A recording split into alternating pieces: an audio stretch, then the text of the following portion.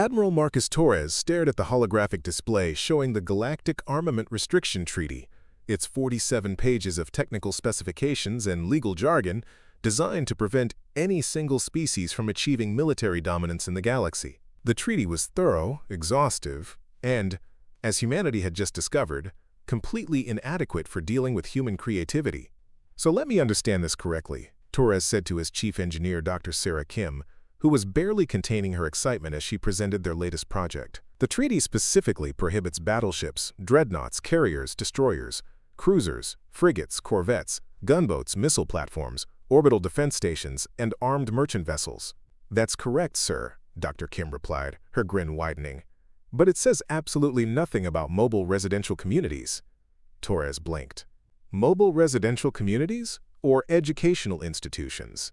Agricultural collectives, cultural preservation vessels, entertainment complexes, scientific research platforms." Dr. Kim's eyes sparkled with mischief. The treaty writers were very specific about military classifications, but they completely ignored civilian infrastructure. "Sarah, please tell me you haven't." "Oh, but I have." She activated the holographic projector, and suddenly the briefing room was filled with the image of the most beautiful warship Torres had ever seen, except it wasn't classified as a warship at all. The vessel was massive, nearly 2 kilometers long and bristling with what were definitely not weapons. According to the technical specifications scrolling alongside the image, those weren't plasma cannons. They were agricultural irrigation systems capable of nutrient delivery across vast distances. The missile bays weren't missile bays. They were emergency supply dispensers for rapid deployment of essential resources to communities in need. "Dr. Kim," Torres said slowly, "what exactly am I looking at?" "The new Harmony, sir. Registry classification, mobile educational and cultural preservation community. Population capacity, 50,000 residents. Primary mission, advancing human knowledge and culture throughout the galaxy." She paused dramatically. "Oh, and it happens to mount enough firepower to level a small moon, but that's purely coincidental." Torres studied the specifications more carefully. The residential quarters were heavily armored and compartmentalized like military barracks. The community gardens were positioned to provide optimal fields of fire. The cultural performance amphitheaters looked suspiciously like fighter launch bays. "This is insane," he muttered.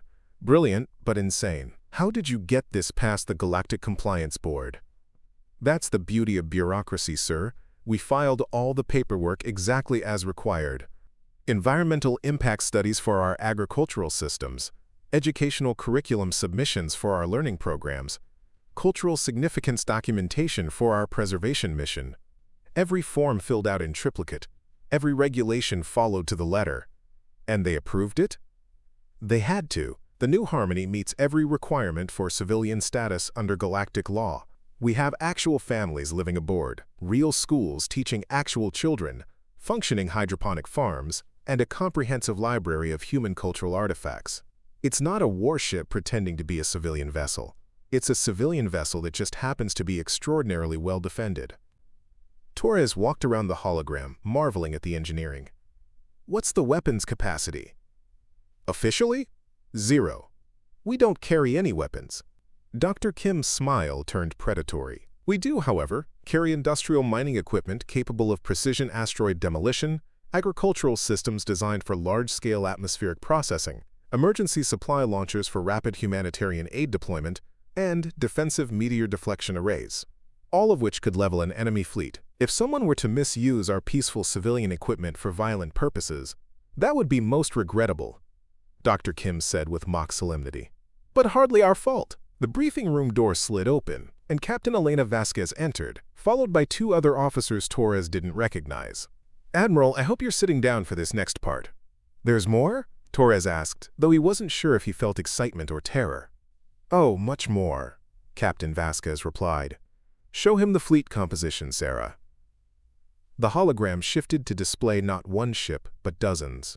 Each vessel had a different civilian classification: educational institutions, agricultural communities, scientific research platforms, cultural preservation vessels, entertainment complexes, mining consortiums, and something labeled as a interstellar monastery. "We've built an entire civilization," Dr. Kim explained proudly.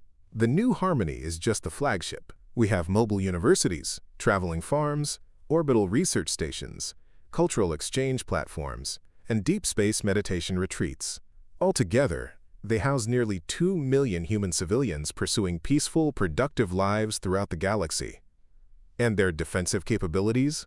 Purely theoretical, Captain Vasquez said with a straight face. Though I suppose if you combined the mining lasers from the Prospector's Dream, the atmospheric processors from the Terra Verde, the emergency supply launchers from the Good Samaritan, and the meteor deflection systems from the Safe Harbor, you'd have enough concentrated firepower to take on most galactic navies. Most galactic navies? Well, theoretically speaking, our civilian fleet could defend itself against approximately 47 different military threats simultaneously, while maintaining full operational capacity for education, agriculture, and cultural preservation. Torres sat down heavily. How many of these ships are operational? Currently, 83 vessels with full civilian populations and defensive capabilities. Another 47 under construction. We're also developing specialized variants. The Peaceful Researcher will be our deep space exploration vessel. The Cultural Ambassador is designed for diplomatic missions, and the Humanitarian Relief is configured for disaster response. All of which are heavily armed.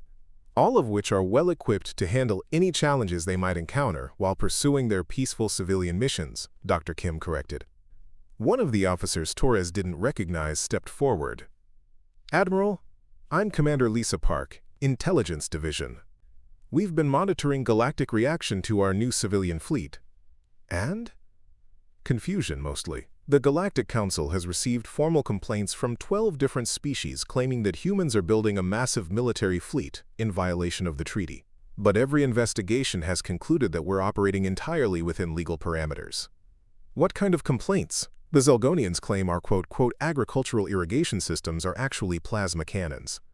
The Korthak hegemony insists our quote, emergency supply dispensers are missile launchers. The Crystalline Collective has filed 17 separate protests about our quote, industrial mining equipment being quote, suspiciously effective at destroying armored targets.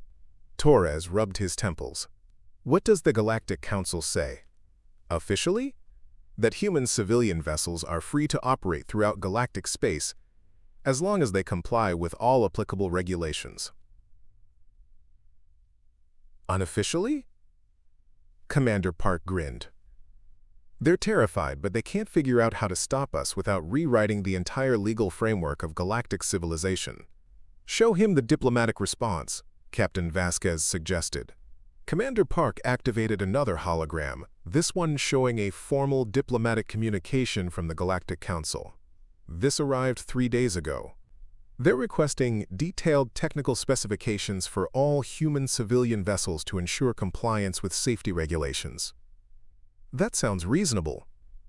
It would be, except they're specifically asking for information about our weapon systems, targeting computers, and combat capabilities. All of which we don't officially have, since we're peaceful civilian vessels. Dr. Kim laughed. So we responded with detailed specifications for our hydroponic systems, educational curricula, and cultural preservation protocols. Very helpful documentation about soil pH levels and historical artifact storage methods. They weren't amused? They sent a follow-up request asking why our cultural preservation protocols require targeting solutions, and our, quote, agricultural systems have blast yield calculations. What did you tell them? That precision is essential for both effective farming and proper archival storage. Cultural artifacts must be protected from threats, and crops require precise nutrient delivery to thrive in space environments. Torres looked around the room at his officers, all of whom were struggling not to laugh at the diplomatic absurdity they'd created. Are we technically in violation of the treaty? Not even close, Commander Park assured him. Every ship, every system, every operational protocol is fully compliant with galactic law. We're not building warships. We're building a mobile human civilization that happens to be extremely well defended. The beauty of it, Dr. Kim added, is that we're not even trying to hide anything. All our specifications are public record. Any species can examine our vessels, inspect our systems, and verify our civilian status. They just can't do anything about the fact that our civilian capabilities happen to exceed most military vessels. "What's the strategic situation?" Torres asked. Captain Vasquez brought up a tactical display showing human civilian fleet positions throughout the galaxy. "We currently have educational institutions in orbit around 47 different worlds, agricultural communities providing food security for 16 systems, and cultural exchange programs active in 32 sectors. Our defensive coverage is comprehensive. And if we actually needed these ships for military purposes?" "Hypothetically speaking," Dr. Kim said carefully, "our mobile civilian population could transition to emergency defense protocols within 6 hours. Our agricultural systems could be reconfigured for tactical operations, our educational facilities could serve as command centers, and our cultural preservation vessels could coordinate fleet movements." "Hypothetically?" "Of course. But such measures would only be necessary if someone were to threaten our peaceful civilian communities, which would be most unfortunate for all involved." Torres studied the fleet deployment map, gradually realizing the scope of what his people had accomplished. They hadn't just built a military force disguised as civilian vessels. They'd built an actual civilian infrastructure that happened to be militarily superior to anything else in the galaxy. "How are the populations adapting to life aboard these ships?" "Better than expected," Captain Vasquez reported. "Turns out people really enjoy living in communities where their children receive excellent education, their food is grown in pristine conditions, their cultural heritage is preserved and celebrated, and they never have to worry about external threats because their neighborhoods can vaporize hostile fleets. Crime rates are down 97%, Commander Park added. Hard to commit theft when your entire community is managed by people who can target individual asteroids from 3 light-years away." "And the children?" "Thriving. They're growing up bilingual in human languages and galactic standard. They're receiving education that combines human knowledge with alien perspectives. And they're developing technical skills by helping maintain systems that are simultaneously the most advanced civilian technology and the most effective military hardware in known space." Dr. Kim pulled up images of daily life aboard the civilian fleet. Children playing in hydroponic gardens that doubled as camouflage defensive positions. Families enjoying meals in common areas designed to serve as emergency command centers. Students attending classes in amphitheaters that could launch fighter craft at a moment's notice. "They don't even realize they're living aboard warships," Torres observed. "They're not living aboard warships," Dr. Kim corrected. "They're living aboard their homes, which happen to be mobile, self-sufficient, and extremely well protected. The distinction matters. Does it? Absolutely. Our people aren't soldiers pretending to be civilians. They're civilians who chose to live in communities that prioritize both peaceful development and absolute security. They're teachers, farmers, artists, scientists, and engineers who happen to live aboard vessels capable of defending themselves against any conceivable threat." Torres was beginning to understand the philosophical shift his species had made. Instead of building a military force and trying to disguise it as civilian infrastructure, they'd built civilian infrastructure and made it inherently military capable. "What's the long-term plan?" "Expansion," Captain Vasquez said simply. "We're currently developing the next generation of civilian vessels, larger communities, more specialized functions, enhanced capabilities. The New Eden will be our first mobile metropolis, capable of housing 500,000 people while providing every service of a major planet. Including defense? Including the ability to ensure that its residents never need to worry about external threats," Dr. Kim said diplomatically. "We're also working on the Deep Thinker," Commander Park added. "It's classified as a philosophical research institute, but it's actually our most advanced intelligence gathering and communication hub. Perfect for monitoring potential threats to our peaceful communities." "And the Gentle Giant?" "Heavy industrial platform. Completely civilian, designed for large-scale construction projects and resource processing. The fact that it could manufacture entire fleets of defensive vessels in emergency situations is purely coincidental." Torres realized they were describing the militarization of human civilization through the civilianization of human military capabilities. Instead of building war machines, they'd built a way of life that was inherently prepared for war without ever acknowledging the possibility. "What do other species think of this?" "Mixed reactions," Commander Park reported. "Some are impressed by our commitment to civilian development and peaceful expansion. Others are suspicious about our motives and capabilities. A few are trying to copy our approach." "Copy it how?" The Antarian Republic has started building, quote, cultural preservation vessels that look suspiciously similar to our designs. The Kalvari Union is developing, quote, agricultural communities with defensive capabilities. Even the Crystalline Collective is working on, quote, educational institutions that happen to mount significant firepower. Dr. Kim frowned. The problem is, they're approaching it backwards. They're building military vessels and trying to add civilian populations as an afterthought. We built civilian communities and made them inherently defensible. What's the difference? Everything. Our people genuinely live civilian lives. They just do it aboard vessels that are prepared for any eventuality. Their people are soldiers pretending to be civilians, which makes their ships vulnerable to the same legal challenges that the treaty was designed to address.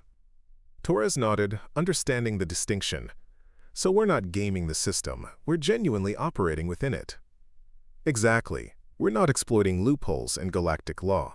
We're demonstrating that the law as written assumes a false dichotomy between civilian and military capability. Our approach proves that you can have both without compromising either.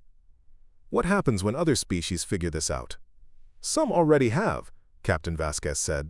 The Zelgonian Empire has formally requested technical assistance in developing their own civilian defense communities. The Korthak hegemony wants to establish joint educational programs. Even the notoriously xenophobic Silthat clans have inquired about cultural exchange opportunities. They want to learn from us? They want to survive in a galaxy where humans have effectively obsoleted traditional military thinking, Commander Park corrected. We've demonstrated that the future of galactic defense lies not in building bigger weapons, but in building better communities that happen to be extremely well defended. Torres looked around the room at his officers, realizing that they were no longer military commanders in any traditional sense. They were community leaders, infrastructure coordinators, and civilization architects who happened to command the most effective defensive force in galactic history. Are we still human? He asked, surprising himself with the philosophical question. More human than ever, Dr. Kim replied without hesitation. We're doing what humans have always done, adapting to challenges by thinking differently than everyone else.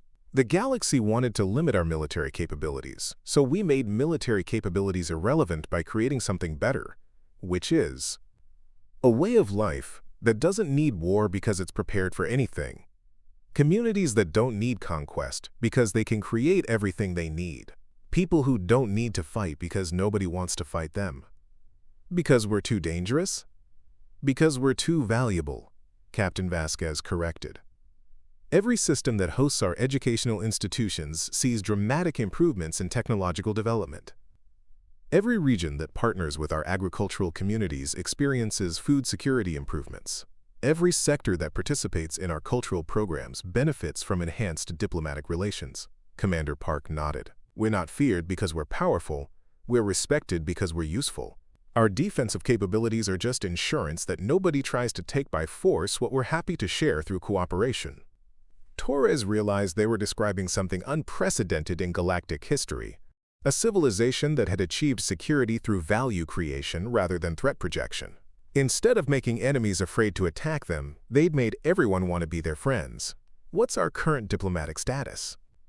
Unprecedented, Commander Park said with obvious pride. We have formal partnership agreements with 47 different species, mutual defense pacts with 32 systems, and cultural exchange programs active throughout the galaxy. We're simultaneously the most militarily capable civilization in known space and the most diplomatically successful. And if someone did decide to attack us, that would be unfortunate for them, Dr. Kim said mildly. Our civilian communities are quite capable of defending themselves, and they have extensive mutual support networks. Any threat to one becomes a threat to all, and our combined defensive capabilities are substantial.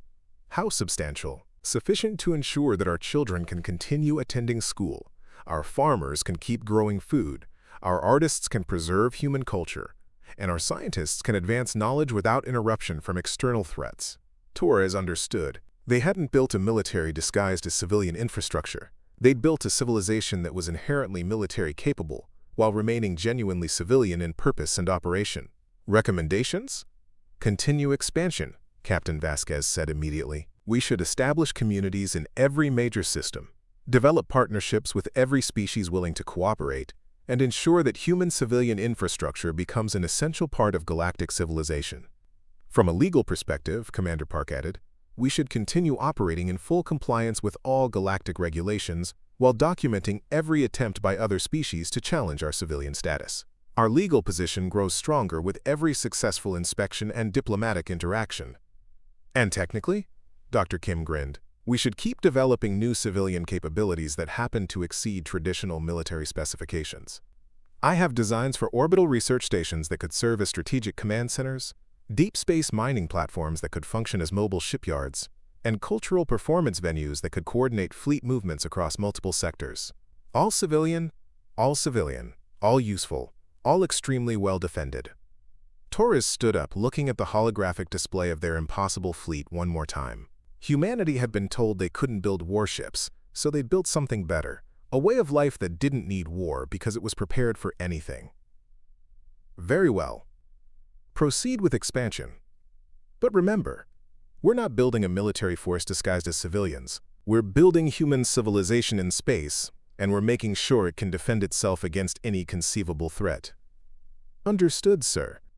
Should we inform the Galactic Council of our expansion plans? Of course. File all the appropriate paperwork. Environmental impact studies, educational curriculum documentation, cultural significance reports. Make sure everything is completely transparent and fully compliant with all regulations. And if they object? Torres smiled. Then we'll explain, very politely, that human families have the right to live in safe, well-educated, culturally rich communities wherever they choose, and that we'll do whatever is necessary to ensure their security and prosperity. Even if that means building the most powerful fleet in galactic history? We're not building a fleet, Torres corrected. We're building homes. The fact that they happen to be extremely well defended is simply good parenting. As his officers filed out to continue developing humanity's impossible civilian empire, Torres reflected on what they'd accomplished. The galaxy had tried to limit human military capability, so humans had made military capability irrelevant by creating something unprecedented, a civilization that was both genuinely peaceful and absolutely unstoppable. The treaty had outlawed human warships. So humans had built something the galaxy couldn't classify, couldn't challenge, and couldn't stop. A way of life that didn't need war because it was prepared for everything. And the best part? It was all completely legal. Council Speaker Vexthalen's crystalline form pulsed with frustrated energy as she addressed the emergency assembly. Representatives from 97 species filled the chamber, their various forms of agitation creating a cacophony of clicks, whistles, electromagnetic pulses, and subsonic growls. The human situation has escalated beyond our ability to manage through normal diplomatic channels, she announced, her voice carrying across multiple frequency ranges to accommodate the diverse hearing capabilities of the assembled species. In the past 6 months, human civilian communities have established permanent presence in over 400 star systems. Senator Gralthok of the Korthak hegemony slammed his armored fist against his podium. They're not civilian communities. I've seen their agricultural irrigation systems reduce our military base on Kepler 442 to molten slag during what they called a routine pest control demonstration. The humans filed all appropriate notifications for their agricultural pest management activities, Council Speaker Vexthalan replied wearily. Their paperwork was exemplary. They even offered to help restore the ecosystem afterward. They vaporized our entire defensive grid. They eliminated an invasive species of crystalline mites that were threatening local crop yields. The fact that your military installations were constructed using similar crystalline materials was noted in their environmental impact report. Admiral Zex Krull of the Antarian fleet rose to address the chamber, his bioluminescent patches flashing in agitated patterns. The humans have established what they call educational institutions in 17 systems within our territorial boundaries. My intelligence services report these facilities are training children in advanced physics, quantum mechanics, and what they euphemistically call applied problem solving. Education is not prohibited under galactic law, the speaker observed. They're teaching 10-year-old humans how to calculate orbital bombardment trajectories. The curriculum description lists it as advanced mathematical modeling for space-based logistics coordination, came a new voice from the chamber's human observer section. All eyes turned to Ambassador Elena Vasquez, who had been quietly monitoring the proceedings from the designated observer area. The former captain now served as humanity's primary diplomatic representative, a role that had become increasingly complex as human-civilian activities expanded throughout the galaxy. Ambassador Vasquez, Council Speaker Vexthalan said carefully, "Perhaps you could clarify the nature of these educational programs." "Of course, Council Speaker. Our children receive comprehensive education in mathematics, science, engineering, and practical problem-solving. We believe in preparing them for the challenges of life in space-based communities." "Challenges that require knowledge of weapons targeting?" Senator Grothok demanded. "Challenges that require understanding of physics, ballistics, and resource allocation," Ambassador Vasquez corrected smoothly. "The same mathematical principles apply whether you're delivering emergency medical supplies to a disaster zone or calculating the most efficient route for a cargo shipment. We don't teach our children to be soldiers. We teach them to be competent citizens of a spacefaring civilization." "Citizens who happen to be extremely dangerous," Admiral Zexkral muttered. "Citizens who happen to be extremely well-educated," Vasquez replied. "There's a difference." Council Speaker Vexthalan activated a holographic display showing the current distribution of human civilian communities throughout the galaxy. The map was dominated by blue markers indicating human presence, with traditional military installations from other species appearing as scattered red dots that looked increasingly irrelevant. "The strategic implications are obvious," she continued. "Human civilian communities now control more strategic positions than any three traditional military powers combined. Their, quote, cultural exchange programs have established footholds in systems we consider vital to galactic security. Because they offer genuine value to local populations," Ambassador Vasquez pointed out. "Our educational institutions improve local technological capabilities. Our agricultural communities enhance food security. Our cultural programs facilitate better interspecies understanding. We're invited to these systems because we make them better places to live, while simultaneously making them impossible to attack," Senator Grothok observed darkly. "We prefer to think of it as making them unnecessary to attack. Why would anyone want to destroy communities that are actively improving their lives?" Representative Silthak, speaking for the notoriously xenophobic Silthak clans, activated her translation matrix. "The humans have established what they call meditation retreats in the neutral zone between our territory and the Kelvari Union. These facilities are supposedly for, quote, spiritual contemplation and inner peace." "And?" Ambassador Vasquez prompted. "They're monitoring every ship movement, communication transmission, and energy signature within a 50-light-year radius. Our intelligence services have detected sensor arrays that make our most advanced surveillance systems look like children's toys. Our meditation retreats do maintain environmental monitoring systems to ensure the tranquility necessary for deep spiritual practice," Vasquez acknowledged. "Space is a noisy place, and our residents need to be aware of potential disturbances to their contemplative activities. They're spy stations. They're communities of individuals seeking inner peace and cosmic understanding. The fact that achieving such understanding requires comprehensive awareness of one's environment is simply a natural consequence of effective meditation practice." Council Speaker Vexthalan felt her crystalline structure developing stress fractures from the sheer frustration of trying to regulate a species that operated entirely within the law while completely subverting its intent. "Ambassador Vasquez, let me ask you directly. Are humans building a military empire under the guise of civilian expansion?" "Absolutely not, Council Speaker. We're building human civilization in space. Our communities are genuinely civilian. Our activities are authentically peaceful, and our purposes are entirely constructive. The fact that we're prepared to defend ourselves and our way of life is simply prudent planning." "Prepared to defend yourselves with capabilities that exceed most galactic navies?" "Prepared to defend ourselves with whatever capabilities prove necessary," Vasquez corrected. "We didn't choose the level of threat we might face. We simply chose to be ready for it." A new voice entered the debate, as Representative Kethural of the Zelgonian Empire activated his communication system. "The humans have offered to share their defensive technologies with species that establish formal partnership agreements. My government has been exploring these opportunities." The chamber erupted in angry vocalizations as dozens of species realized that some of their neighbors were already beginning to adopt human approaches to civilian military integration. "You're collaborating with them?" Admiral Zexkral's bioluminescent patches flashed in patterns that translated roughly to profanity. We're learning from them, Representative Ketharau replied calmly. The humans have demonstrated that effective defense doesn't require traditional military structures. Their approach offers superior security at lower cost with greater diplomatic flexibility. What does that mean in practical terms? Council Speaker Vextelen asked.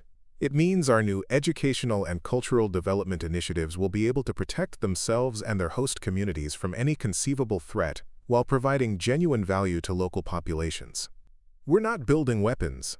We're building a better way of life. Ambassador Vasquez smiled. Representative Ketharau understands the fundamental principle: security through value creation rather than threat projection.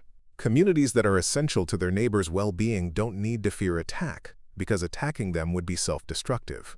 This is exactly what we feared, Senator Grelthok declared. The humans are converting other species to their approach. Soon, the entire galaxy will be filled with civilian communities that are actually military installations. Soon, the entire galaxy will be filled with communities that are genuinely civilian and inherently secure, Vasquez corrected. Is that really such a terrible outcome?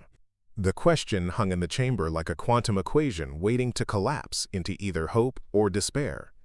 Council Speaker Vextelen realized they were facing a fundamental transformation of galactic civilization, one that rendered traditional concepts of military power obsolete, while potentially creating unprecedented peace and prosperity. What are humanity's long-term intentions? She asked. To live good lives in safe communities while contributing to the well-being of our galactic neighbors, Ambassador Vasquez replied. To raise our children in environments where they can reach their full potential. To develop knowledge and culture that benefits everyone. To ensure that human civilization can thrive in space for generations to come, and if other species threaten those goals, then we'll demonstrate why threatening thriving civilian communities is a very poor strategic choice, Vasquez said with a smile that didn't reach her eyes. But we'd much rather help other species achieve their own goals in ways that complement rather than conflict with ours.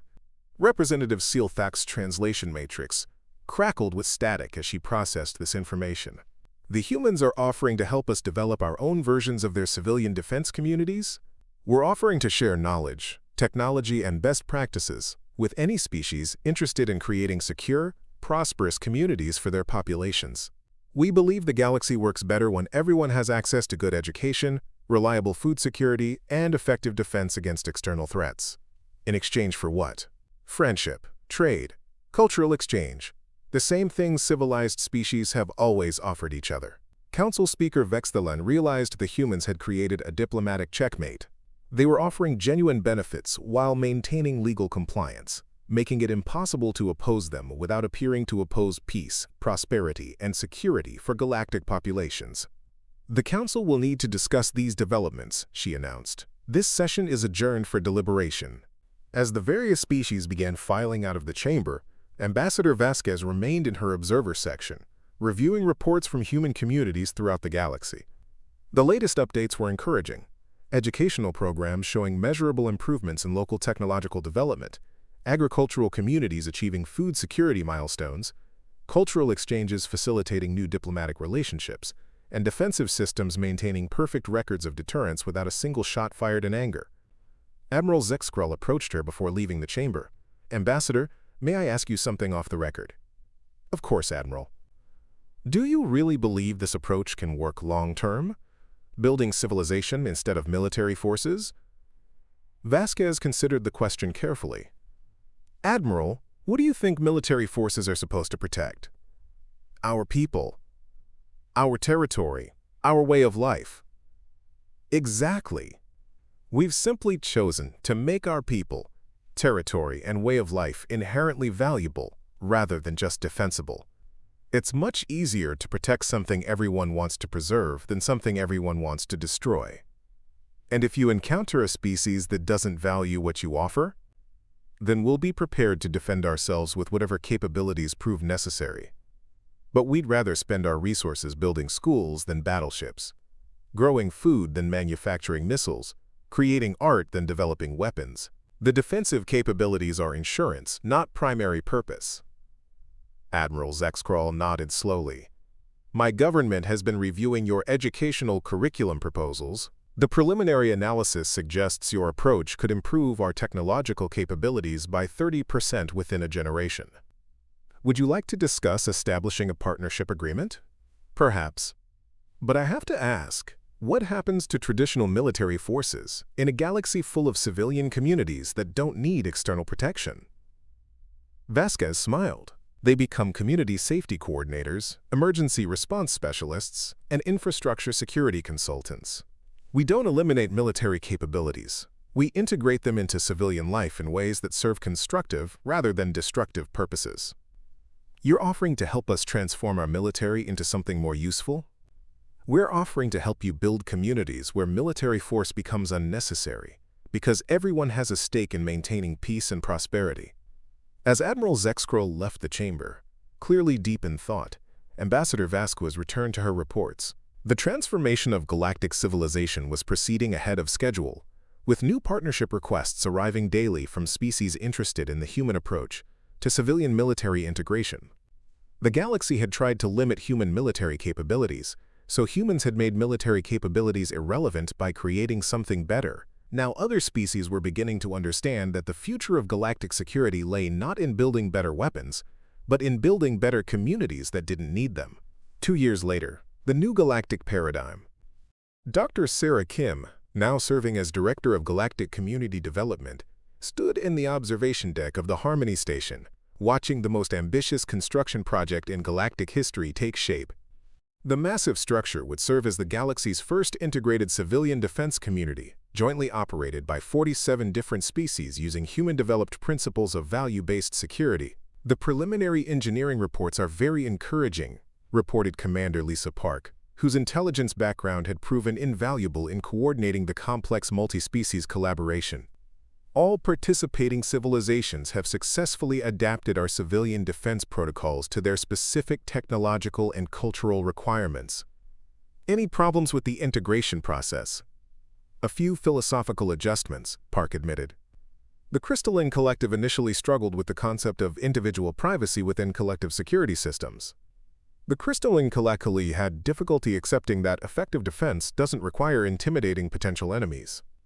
And the Antarian Republic needed extensive consultation on how to maintain cultural identity while participating in multi-species communities. Dr. Kim nodded, watching as Korthak construction mechs worked alongside Antarian bioengineers and crystalline information matrices to assemble habitat modules that would house millions of beings from dozens of species. But they're adapting? Better than expected. It turns out most species prefer prosperity to conflict when given a genuine choice. The hard part wasn't convincing them to adopt our approach. It was helping them overcome generations of military thinking that assumed security required making enemies fear you. And now? Now they're discovering that security through value creation is not only more effective than security through threat projection, it's also more fun. Their populations are happier, their economies are more productive, and their diplomatic relationships are stronger than ever before. The observation deck's communication system activated, bringing Admiral Torres's voice from the distant command center of the expanding human civilian fleet. Dr. Kim, we're receiving requests from 17 more species interested in establishing community development partnerships. The waiting list for our educational programs now extends to over 300 star systems. What's our current capacity? We can accommodate about 60% of current demand if we accelerate construction of new community vessels. The new Harmony-class ships are proving extremely popular. Apparently other species appreciate the combination of family-friendly living environments and comprehensive defensive capabilities. Dr. Kim smiled, remembering the early days when they'd been desperately trying to figure out how to build effective defenses without violating galactic treaties. Now they were struggling to meet demand from species eager to adopt their approach. Any word from the Galactic Council about the proposed amendments to the Armament Restriction Treaty? They're still debating, Commander Park reported.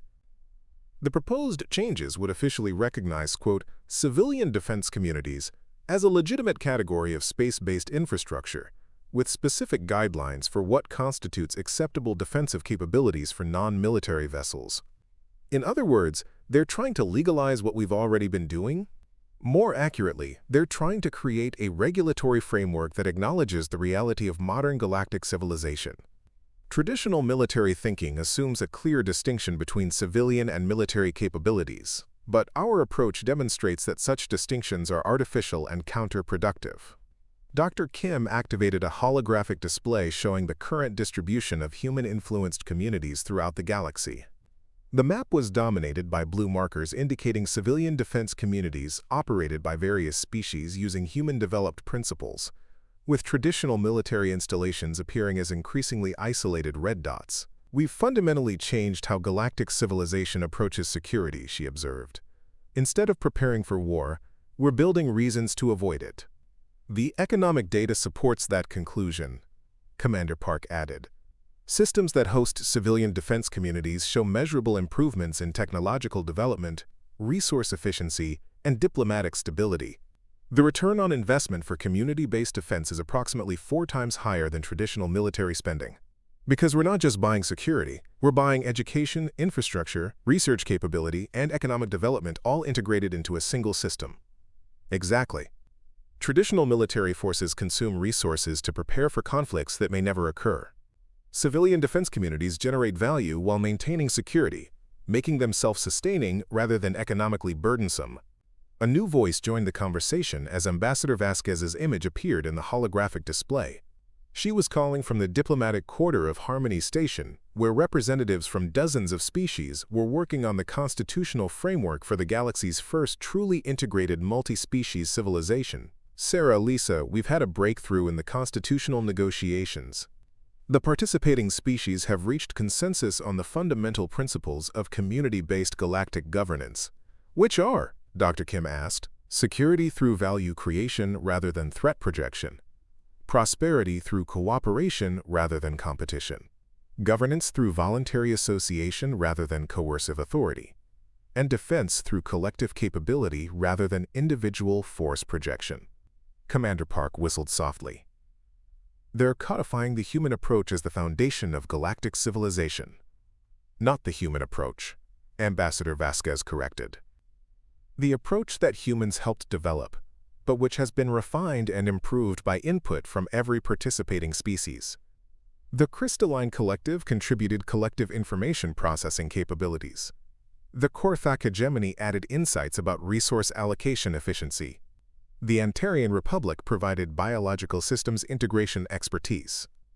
So we've moved beyond human civilian defense communities to truly galactic civilian defense communities? We've moved beyond the concept of defense altogether, Vasquez replied. What we're building is integrated galactic civilization. Communities that are inherently secure because they're inherently valuable, inherently peaceful because they're inherently prosperous, and inherently stable because they're inherently cooperative. Dr. Kim felt a surge of pride and amazement at what they'd accomplished.